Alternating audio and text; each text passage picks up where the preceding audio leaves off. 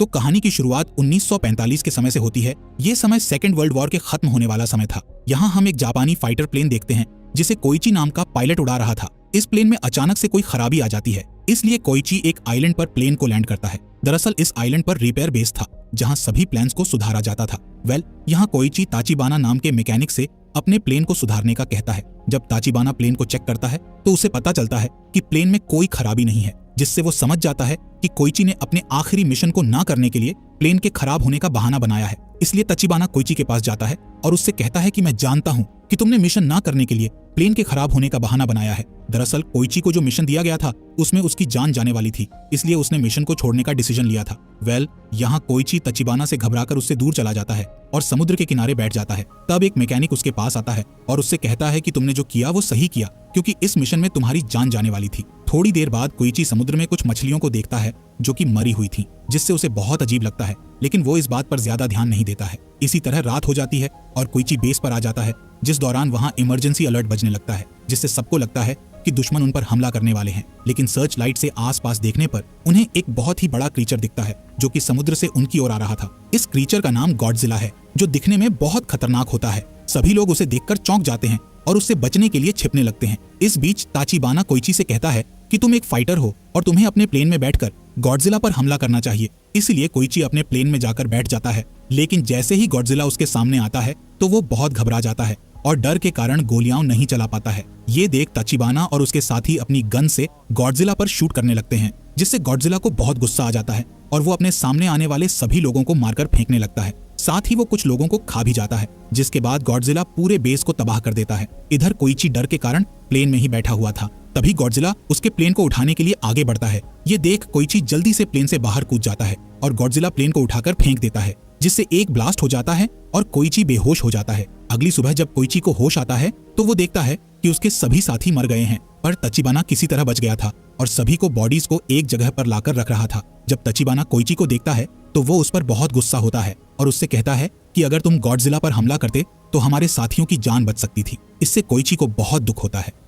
अब वॉर खत्म हो जाता है और सभी सैनिक अपने अपने घर निकल जाते हैं। साथ ही कोइची भी अपने घर आ जाता है, जहाँ वो देखता है कि वॉर के कारण सब कुछ तबाह हो गया है और उसका घर भी पूरा टूट गया है। तभी उसकी पड़ोसी सुमिको उसे देखती है और उससे कहती है कि आखिर तुम वॉर में बच कैसे गए? जरूर तुम अपनी जान बचाने के लिए छिप गए होगे। इसके बाद सुमिको दुखी होते हुए कोइची को बताती है कि एक ब्लास्ट में तुम्हारे पेरेंट्स और मेरे सभी बच्चे मारे गए। अपने पेरेंट्स के मरने की खबर सुनकर कोइची पूरी तरह टूट जाता है और बहुत दुखी हो जाता है। कुछ दिनों बाद हम कोइची को बाजार में देखते हैं, जहां पुलिस कंबल चुराने वाली एक लड़की का पीछा कर रही होती है। इस लड़की के पास एक छोटी बच्ची भी थी। तभी कोइची उस लड़की के सामने आ जाता है। तब वो लड़की कोइची को अपनी बच्ची देकर वहां से भाग जाती है। इसके बाद कोइची उस बच्ची को लेकर वहां से जाने लगता है, जिस दौरान वो लड़की कोइची के पास आ जाती है, जिसे देख कोइची उसका नाम पूछता है, जिस पर वो लड़की अपना नाम नोरिको बताती है। अब कोइची वहां से जाने लगता है। तब नोरिको कोइची के पीछे पीछे उसके घर तक आ जाती है और आज रात उसके घर पर रहने का कहती है। यहाँ नोरिको बताती है कि मेरी शादी नहीं हुई है और ये बच्ची मेरी नहीं है। दरअसल इस बच्ची की माँ ब्लास्ट के दौरान मारी गई और उसने मरने से पहले मुझे अपनी बच्ची को सौंप दिया, इसलिए मैंने इसे पालने का डिसीजन लिया, क्योंकि मैं एक अनाथ हूँ और मैं इस बच्ची का दर्द समझ सकती हूँ। यहाँ कोइची नोरिको से कहता है कि वो डिनर करने के बाद यहाँ से चली जाए, लेकिन नोरिको बातें करते हुए कोइची के घर में ही सो जाती है। अगले दिन कोइची की पड़ोसी सुमिको कोइची से नोरिको और उसकी बच्ची के बारे में पूछती है। तब कोइची उसे सारी बात बताता है, जिससे सुमिको को उस बच्ची के ऊपर दया आ जाती है। इसलिए वो उस बच्ची की देखभाल करने के लिए नोरिको की मदद करना शुरू कर देती है। यहाँ तक कि वो कोइची को चावल से भरा हुआ एक बैग देती है ताकि वो उस बच्ची को ठीक से खाना खिला सके। इसी तरह एक साल गुजर जाता है। तब एक दिन कोइची नोरिको को बताता है कि उसे एक गवर्नमेंट नौकरी मिली है, जिसमें उसे समुद्र की गहराई में जाकर दुश्मनों द्वारा बिछाए गए माइन बॉम्ब को ढूंढना है और उन्हें हमेशा के लिए खत्म करना है, जिसके लिए मुझे अच्छे पैसे मिलेंगे। जिस पर नोरिको कहती है कि ये काम बहुत खतरनाक है, लेकिन कोइची उसे बताता है कि हमारे पास अपना पेट भरने का यही एक तरीका है। अगले दिन जब कोइची अपने काम पर जाता है तो उसे पता चलता है कि गवर्नमेंट ने उन्हें मामूली से हथियार और एक बोट दी है, जबकि नौकरी देने से पहले कोइची को अच्छे हथियार और अच्छी बोट देने का वादा किया गया था। यहाँ कोइची की मुलाकात डॉक्टर केंजी से होती है, जो कि नावी साइंटिस्ट रह चुके हैं और अभी इस मिशन को लीड कर रहे होते हैं। इसके अलावा यहाँ कैप्टन सेजी और शीरो भी थे, जो कि कोइची की तरह वॉर में जिंदा बच गए थे। इसके बाद सभी बोट लेकर समुद्र के बीच आ जाते हैं, जहाँ सेजी कोइची को काम के बारे में सारी बातें समझाता है। इस बीच उन्हें एक माइन बॉम्ब दिखाई देता है, इसीलिए सेजी उस पर शूट करने लगता है, लेकिन उससे ठीक से निशाना नहीं लग पाता है। तब कोइची उससे गन लेता है और निशाना लगाकर उस माइन बॉम्ब पर शूट करके उसे ब्लास्ट कर देता है, जिससे सभी खुश हो जाते हैं। इसके बाद हम रात में कोइची को उसके घर में सोता हुआ देखते हैं, जिस दौरान उसे एक सपना आता है जिसमें उसे घर के बाहर किसी के चीखने की आवाज सुनाई देती है। जब वो बाहर आता है तो देखता है कि गॉडजिला सभी मैकेनिक्स को मार रहा है। इस सपने को देखकर कोइची की नींद खुल जाती है और उसे लगने लगता है कि गॉडजिला ने उस दिन उसे भी मार डाला था और अब तक जो हुआ वो एक सपना था। इसलिए वो घबराकर नोरिको के पास आने लगता है, जिससे नोरिको डर जाती है और उसे धक्का देकर दूर कर देती है।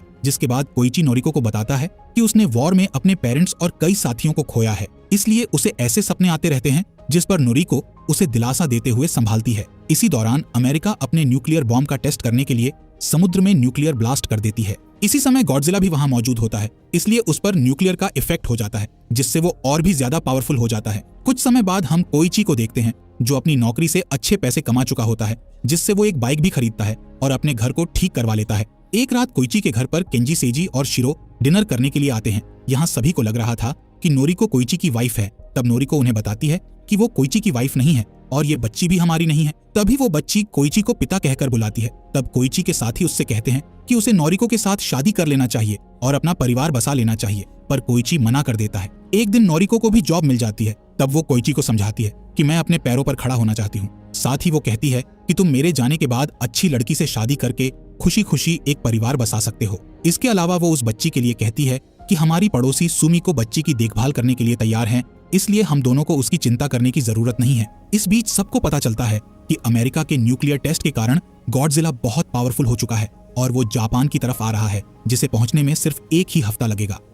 अगले दिन कोइची अपने साथियों के साथ काम पर जाता है। तब उन्हें समुद्र में एक बड़ा सा अमेरिकी शिप मिलता है, जो पूरी तरह से तबाह हो गया था। तभी कोइची की नजर पानी में मरी हुई मछलियों पर जाती है, जिससे वो समझ जाता है कि गॉडजिला उनके आसपास ही है और उसी ने अमेरिकी शिप का ये हाल किया है। अब कोइची अपने साथियों को गॉडजिला के बारे में बताता है, जिससे शिरो बहुत डर जाता है, क्योंकि उनकी छोटी बोट से गॉडजिला से नहीं लड़ा जा सकता था। इसीलिए वो यहाँ से भागने का सोचते हैं, पर उसी समय गॉडजिला पानी से बाहर निकलता है और उनकी ओर बढ़ने लगता है। तब केंजी और कोइची पानी में माइन बॉम्ब को फेंकते हैं ताकि वो गॉडजिला के ऊपर ब्लास्ट कर सके, लेकिन गॉडजिला पर माइन बॉम्ब का कोई असर नहीं होता है। इसलिए कोइची उस पर मशीन गन से शूट करने लगता है, लेकिन गोलियों का भी गॉडजिला पर कुछ असर नहीं हो रहा था। जिसके बाद केंजी एक और बॉम्ब पानी में डाल देता है, पर उस बॉम्ब को ब्लास्ट करने वाला तार टूट जाता है। इसीलिए कोइची उस बॉम्ब पर शूट करके उसे ब्लास्ट करने की कोशिश करता है, जिस दौरान बॉम्ब गॉडजिला के मुंह के पास चला जाता है और वो कोइची की गोली से ब्लास्ट हो जाता है, जिससे गॉडजिला की एक आंख और उसके मुंह का बड़ा हिस्सा टूट जाता है। पर थोड़ी ही देर में गॉडजिला के घाव ठीक हो जाते हैं और वो गुस्से में पानी से बाहर निकलकर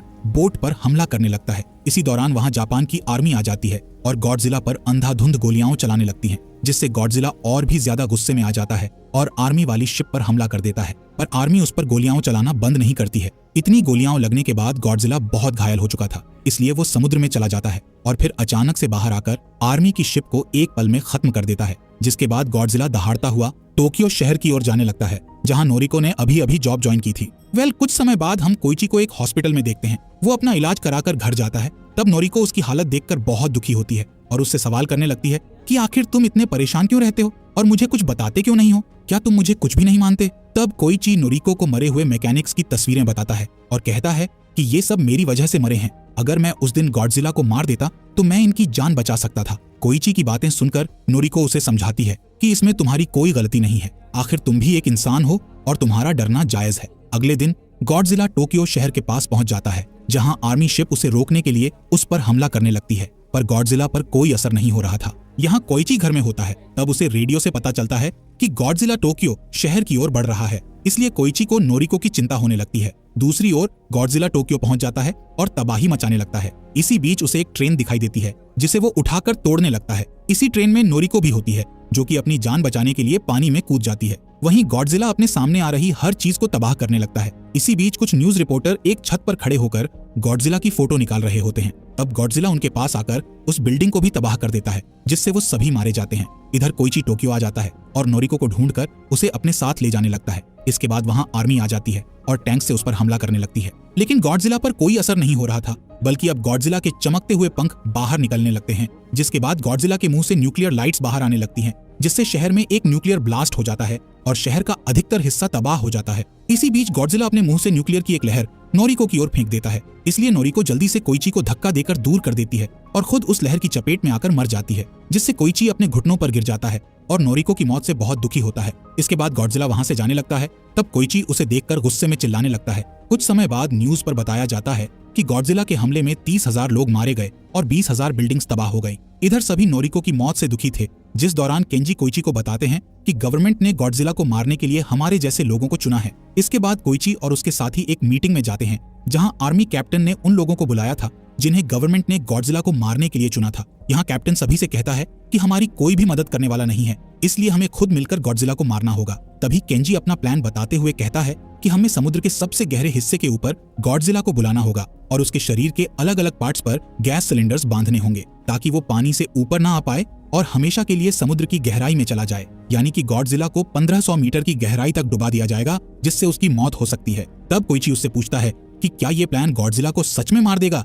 जिस पर केंजी कहता है कि मैं इसकी गारंटी नहीं दे सकता, लेकिन मेरे पास एक दूसरा प्लान भी है। केंजी अपना दूसरा प्लान बताते हुए कहता है कि जब सिलेंडर्स गॉडजिला को गहराई में ले जाएंगे, तब सिलेंडर्स से बड़े बड़े बलून्स बाहर आने लगेंगे, जिससे गॉडजिला गहराई में जाने के बाद अचानक ऊपर आने लगेगा और वो पानी का प्रेशर बर्दाश्त नहीं कर पाएगा। तभी हम उस पर बॉम्ब से अटैक कर देंगे, जिससे उसकी मौत हो जाएगी। केंजी का ये प्लान बहुत से लोगों को अच्छा नहीं लगता है, इसलिए वो वहां से चले जाते हैं। लेकिन ज्यादातर लोग उसके इस प्लान में साथ देना चाहते हैं, क्योंकि वो अपने देश को बचाने के लिए एक साथ काम करना चाहते हैं। अब कोइची और उसके तीनों साथी एक बार में बैठे होते हैं, जहां केंजी अपने साथियों को बताता है कि हम गॉडजिला को अपने ट्रैप में फंसाने के लिए उसकी दहाड़ वाली रिकॉर्डिंग चलाएंगे, जिसे सुनकर वो टोक्यो शहर में आ जाएगा और हम उसे अपने ट्रैप में फंसाना शुरू कर देंगे। तभी कोइची कहता है कि मुझे एक फाइटर प्लेन चाहिए, ताकि जब गॉडजिला शहर में आए तो मैं उसके ऊपर अटैक करके उसका ध्यान तुम लोगों से दूर कर सकूं। तब केंजी बताता है कि उसके पास एक फाइटर प्लेन है, लेकिन उसे ठीक करने के लिए किसी मैकेनिक की जरूरत है। ये सुन कोइची को ताचिबाना का ख्याल आता है, इसलिए वो उसे ढूंढने का सोचता है,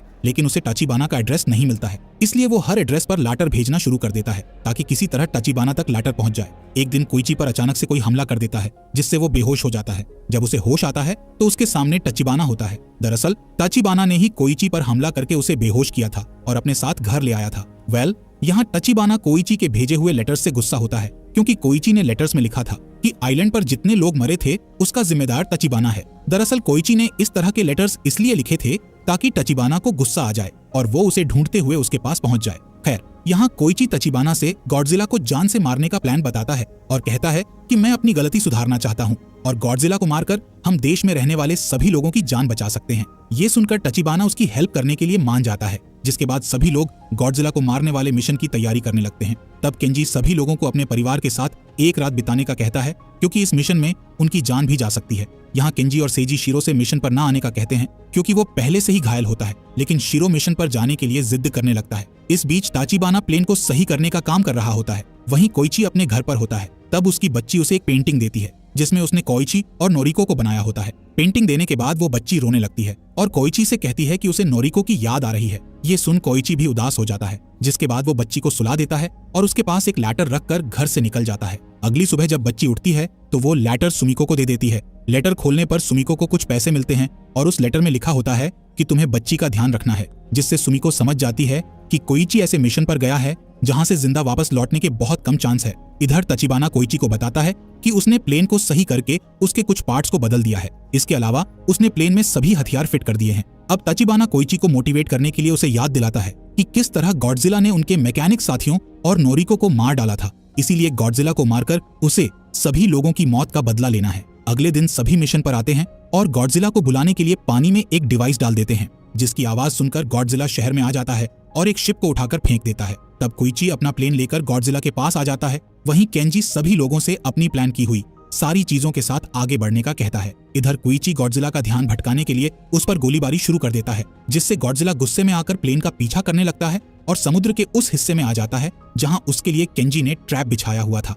यहाँ गॉडजिला को 2 शिप्स दिखाई देते हैं, लेकिन उन पर कोई भी इंसान मौजूद नहीं था। गॉडजिला अपनी न्यूक्लियर लाइट से शिप्स पर अटैक करके ब्लास्ट कर देता है, जिससे गॉडजिला को भी चोट आ जाती है। इसी बीच केंजी अपने प्लान के मुताबिक लोगों के साथ मिलकर सिलेंडर्स को पानी में डालने लगता है और केबल की मदद से वो गॉडजिला की बॉडी में सिलेंडर्स बांधने लगते हैं। इस दौरान कोइची लगातार गॉडजिला को गोली मार रहा होता है ताकि उसका ध्यान केंजी की शिप्स पर ना जाए। अब जैसे ही गॉडजिला न्यूक्लियर लाइट से हमला करने वाला होता है कि तभी सिलेंडर्स उसे पानी के अंदर ले जाते हैं, लेकिन इससे उसकी जान नहीं जाती है। इसलिए केंजी उसे वापस ऊपर लाने के लिए बलून्स को फुला देता है, लेकिन गॉडजिला बलून्स को फोड़ देता है। इसलिए केंजी और उसके लोग शिप्स में लगी क्रेन से गॉडजिला को खींचने की कोशिश करते हैं, जिससे उनकी एक क्रेन गिर जाती है इसी दौरान शीरो कुछ लोगों के साथ वहां आ जाता है और गॉडजिला को खींचने के लिए केंजी की मदद करने लगता है। बड़ी मुश्किल से गॉडजिला दोबारा बाहर आता है और अब वो बहुत घायल दिखाई दे रहा होता है। इसके बाद गॉडजिला अपनी न्यूक्लियर लाइट बाहर निकालने लगता है, जिससे उसका शरीर पूरा नीला दिखाई देने लगता है। ठीक इसी समय कोइची अपना प्लेन सीधे गॉडजिला के मुंह में घुसा देता है, जिससे एक बड़ा सा ब्लास्ट हो जाता है और गॉडजिला मारा जाता है। इधर सभी लोग कोइची के लिए बहुत दुखी होते हैं, क्योंकि ब्लास्ट में उसकी जान भी जा चुकी थी। तभी सभी लोगों की नजर आसमान की ओर जाती है, जहां कोइची एक पैराशूट से नीचे आ रहा होता है। दरअसल ताचिबाना ने कोइची को जिंदा रहने के लिए कहा था और उसने प्लेन की सीट में एक पैराशूट फिट कर दिया था। सभी लोग कोइची को सलामी देते हैं। जब कोइची किनारे पर आता है तो उसके पास सुमिको आती है और उसे एक लेटर देती है, जिसे पढ़कर कोइची जल्दी से हॉस्पिटल की ओर भागता है, जहां हम देखते हैं कि नोरिको अभी जिंदा है। कोइची उसे देखकर बहुत खुश हो जाता है और उसकी गोद में सर रखकर रोने लगता है। इस बीच समुद्र के अंदर हम गॉडजिला के मांस का एक टुकड़ा देखते हैं, जिससे गॉडजिला दोबारा जिंदा हो रहा होता है, यानी कि गॉडजिला पूरी तरह से नहीं मरा था। इसी के साथ ये मूवी यहीं पर